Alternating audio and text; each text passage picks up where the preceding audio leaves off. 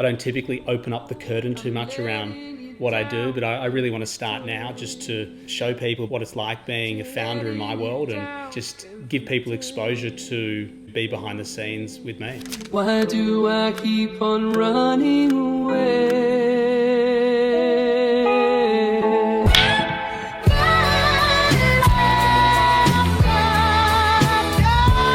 Last 6 months been super dialed in, just locked in, so just ready to escape, just this weekend I'm gonna go solo and just really just have some thinking time and just chill out.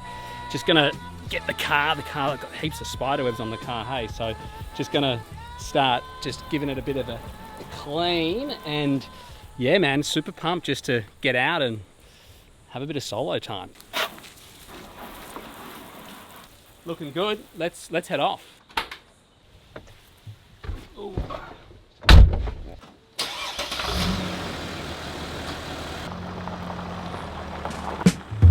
I used to be one of those dudes who used to wear busyness like a badge of honor. If you asked me on the street or you ran into me like, hey Ben, how you doing? I'd be like, oh fuck man, I'm so busy, just busy being busy. And so what I've started to realize is that being busy, it's not a good badge of honor, right?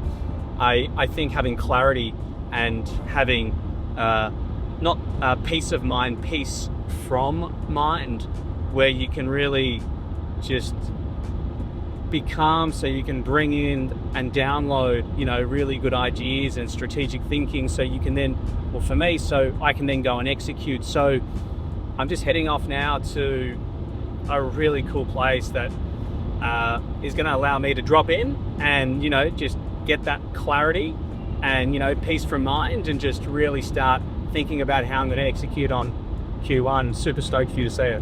Yeah, yeah, they're trying to get me to go. Are you free? I'll give you a buzz a bit after. Bye. Let's do this. Let's go.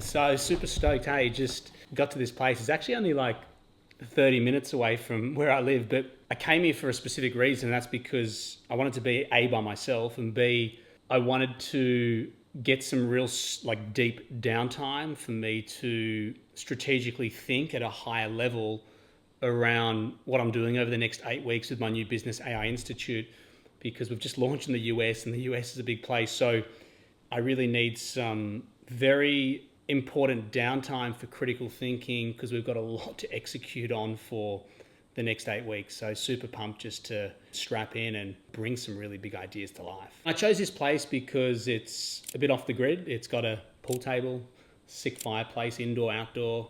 It's got really good energy. It's got an ice bath out the back because I like to do ice baths. It's got a sauna because I sauna every day. And it's in nature. And I live in nature back at home in Byron. So it ticks all the boxes. I'm typically a pretty introverted dude in terms of my private life, and I don't typically open up the curtain too much around what I do, but I really want to start now just to, I guess, show people what it's like being a founder in my world and just give people exposure to be behind the scenes with me.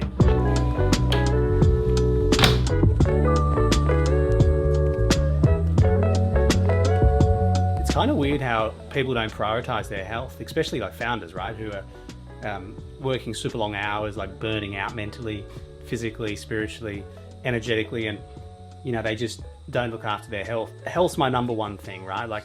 It's health is before family, and because people think that's a bit strange, but if I can't show up for myself in a healthy way, then how am I going to show up for my family? So health is my number one priority, and so sitting in saunas, ice baths, red light, hyperbaric, PMF mat, just anything to make me feel better and show up to be the best version of myself is something that I value so much. I think one of the things that I'm definitely afraid to admit, or just something I don't speak about regularly, is the fear of fear, being driven through fear, making even bad decisions because I'm fearful, fear of missing out, fear of losing something, and that's definitely worked at my detriment, because I think coming from a place of fear when making decisions is not a good space to come from. Yeah, that's enough sauna time now. Time to jump in the ice bath.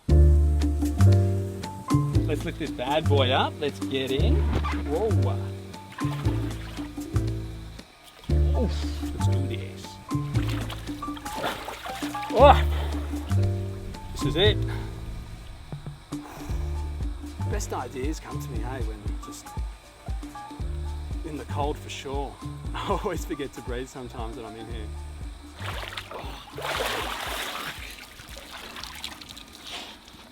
For the last 8 years, I've been building a business called Buyer's Agent Institute, which is an online education business. It's an ed tech business where I teach people how to turn buying property into a career. Like bootstrap that into an 8-figure business from scratch. Got over 5,000 students. Like it's super awesome. However, like what's been a bit of a pattern of mine, like my first business I started before that went for about 9 years, and then I got really over it. Like that was another 8-figure business, and I just fell out of love. Like just did super well, but just got over it. So then I started the next business, which was another 8-figure business, which I just mentioned, and then hit the 8-year mark. So it feels like at the 8-year mark is when I really start to get an itch just to stimulate myself mentally in a different way. So what I want to share is that I've started a new business called AI Institute. And this business is focused in the AI space, and it's really there to help business owners who are AI-less to become AI enabled. That's where it's at. And why this business came about was I feel like most business owners, including myself, have like received what I call AI bloat. They've bought all these AI tools, like whether it's note transcription or whatever it is, and consumed a lot of them and haven't really got an ROI. I think a lot of people have also felt that, AI is going to take over the world and there's going to be robots everywhere. There's been a picture painted around the problems that are going to occur with AI. And I feel like a lot of business owners are like, hey, I'm hiring more people, I'm more profitable.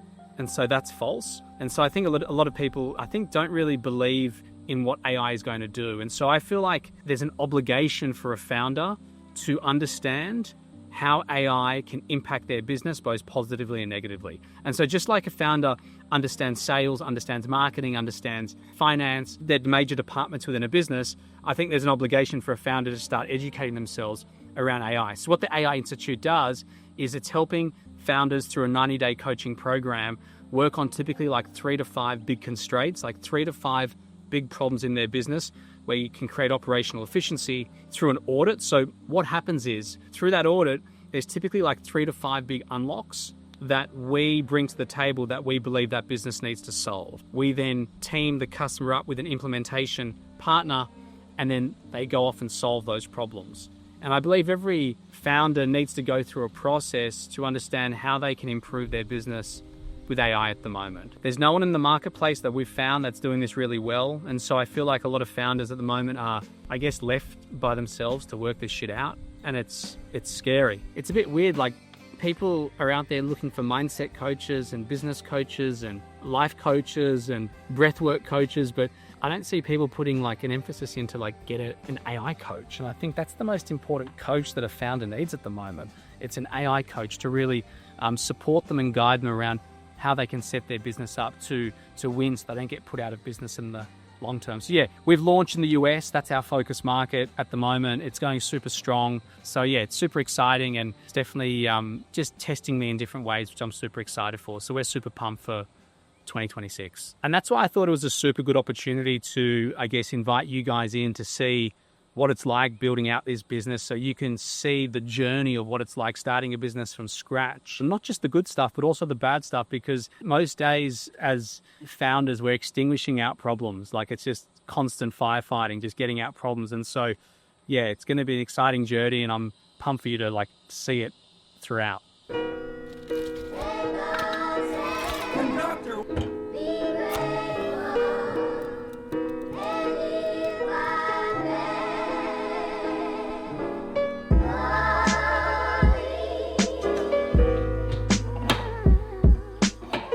I'd say 3 of the best decisions, hands down, I made in my life are getting off the booze, starting my first business, and meeting my wife, Rachel. So I'll start with number 1. So there's so much social pressure here in Australia to drink, right? And I haven't drunk for about 13 years, about 13, 14 years. And it was really challenging to stop when I started, like when I first stop drinking, because all my circle of friends drank. That was like my social environment. And so I had to cut my friends. I had to make really big decisions that, changed how I was experiencing life day to day. So that was really hardcore. However, I haven't missed a day since I've stopped. All right. And I've stopped coffee here and there. And I definitely miss when I stop coffee, like when I smell it. But with alcohol, I just haven't missed a day. There's just no net benefit to drinking. You wake up feeling like shit. It was ruining my performance at work. I wasn't performing at the highest level. I'd typically bend my diet, so I'd have bad food. It'd lead to drugs, all this, like, it just has no net benefit drinking. Number two, someone asked me once around, like, how can I experience deep transformation? And that person at the time wasn't running a business, they were in a 9 to 5, and I said, dude, just start a business.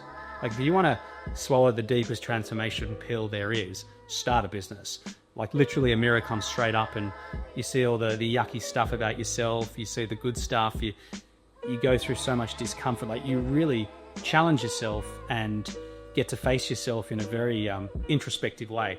And number three is, like, meeting my wife, Rachel. Like, hands down, meeting a partner that you connect with at a deep level, that supports you, that holds you accountable, that you can experience life with. Like, there's no greater gift. So yeah, I think it's important to reflect on key decisions you've made that have impacted your life positively. Yeah, and coming out to a place like this, which is secluded, which, allows me to drop in and gives me time to think is why I not only value the decisions I make, but it's why I make those decisions, because spending time in nature and having time to drop in allows you to make the right decisions, because we all have the opportunity to make these decisions. We all have the opportunity to make certain choices. But if you're not connected with yourself, you're not self-aware, then I guess you miss those opportunities.